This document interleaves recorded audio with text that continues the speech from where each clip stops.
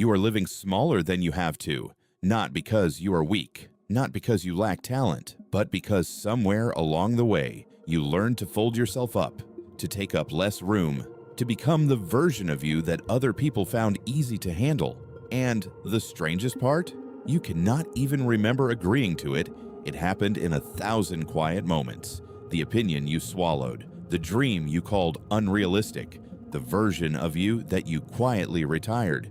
So here is the question that should haunt you tonight. If no one ever taught you to shrink, who would you actually be? A man named Hierocles believed he had the answer, and it starts not with becoming more, but with drawing a single circle in the dirt. Picture a stone room in the 2nd century after Christ. Dust hanging in a shaft of light. A group of young men sitting on cold benches, arms crossed, all bored. They have come to hear a famous teacher, and they expect the usual rules, warnings, a long lecture on virtue. Instead, the teacher says nothing. He kneels, and with one finger, he draws a small circle in the dust of the floor. He points to the center. This, he says, is you. Just you, your mind, the part that says, I. Then he draws a second circle around the first. This is your body, the flesh that carries you. A third circle, wider, your family. A fourth, the people of your city. A fifth, wider still, your country. And finally, a great circle that swallows all the others. And this, he says quietly, is the whole human race. The students look at the drawing. It is simple, almost childish, and they think they understand it. They are wrong, because what Hierocles does next turns the entire thing inside out. He looks up at them and says something that no one in that room expected.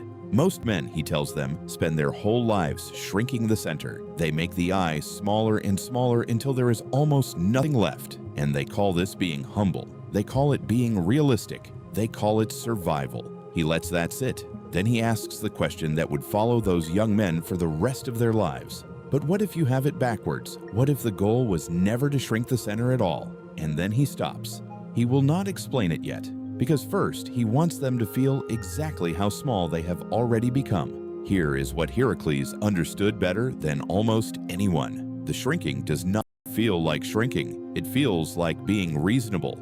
Think about it. No one wakes up one morning and decides to abandon their own life. It happens one concession at a time. You lower your voice in the meeting because last time someone rolled their eyes. You stop mentioning the thing you love because your friend smirked at it once. You choose the safe career because your father raised an eyebrow at the risky one. Each choice on its own seems small, sensible, adult. But Hierocles saw the pattern underneath.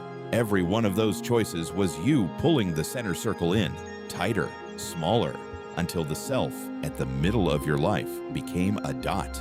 And a dot cannot lead a family. A dot cannot build anything. A dot cannot love without fear because it has nothing left to give. And now here is where it gets personal. You have felt this.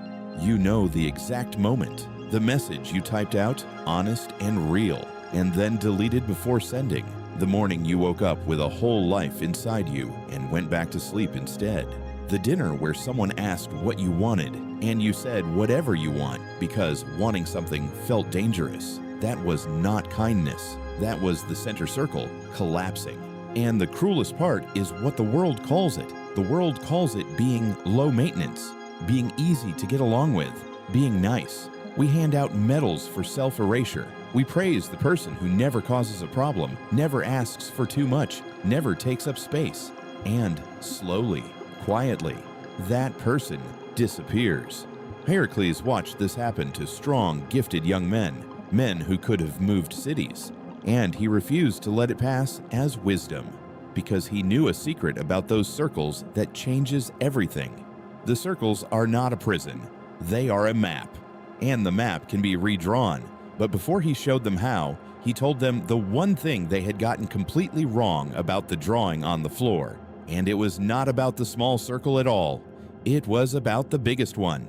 Remember the great outer circle, the whole human race. The students assumed it was the least important, the most distant, just an abstraction far from their real lives. Hierocles told them the opposite. That outer circle, he said, is where your true size lives, and you have been treating it like a stranger.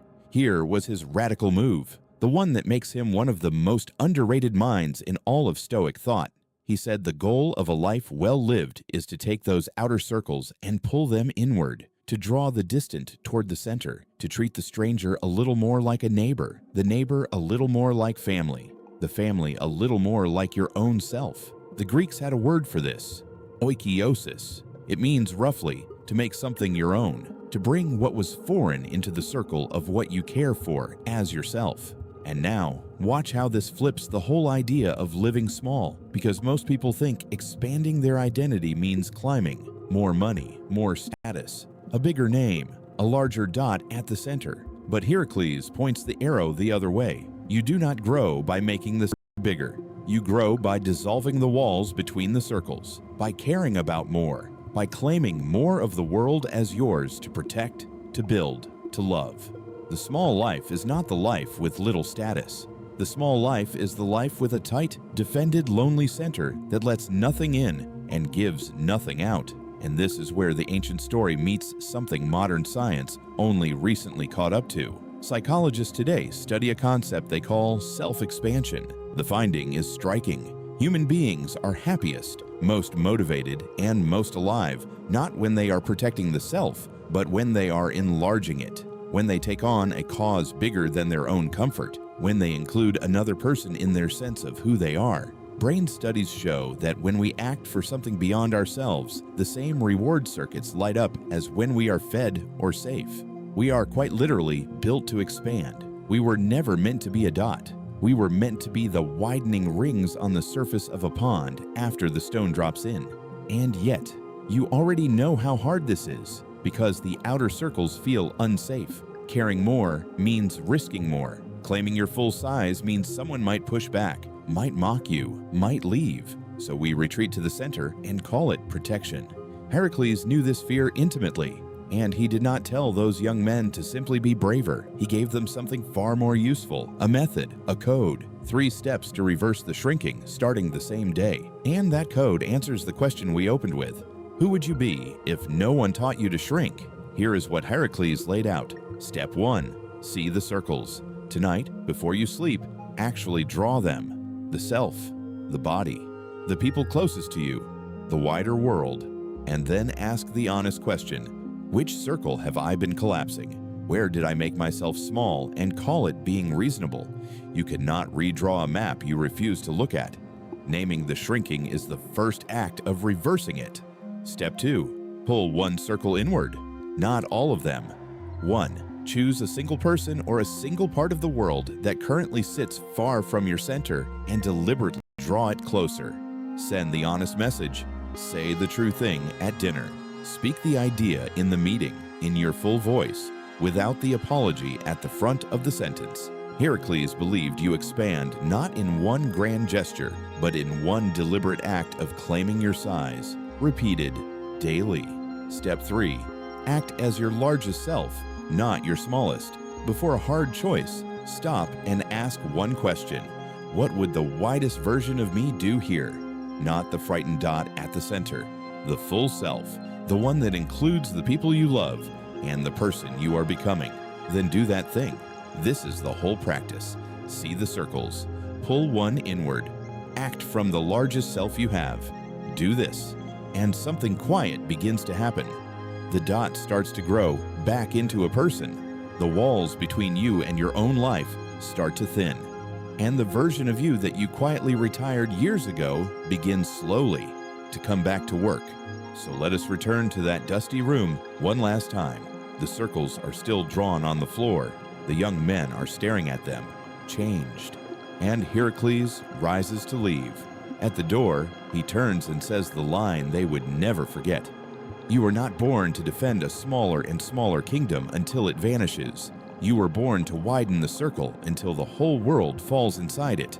Here is the gut punch. Every day you wait, the center pulls in a little tighter. Shrinking is the default. Expansion is a choice you have to make on purpose. So tonight, draw your circles. Find the one you have been collapsing and pull it just slightly back toward the light. You were never too much. You were only taught to be less, and that lesson can be unlearned starting now. If this reached something in you, stay a while, subscribe, and let us keep widening the circle together.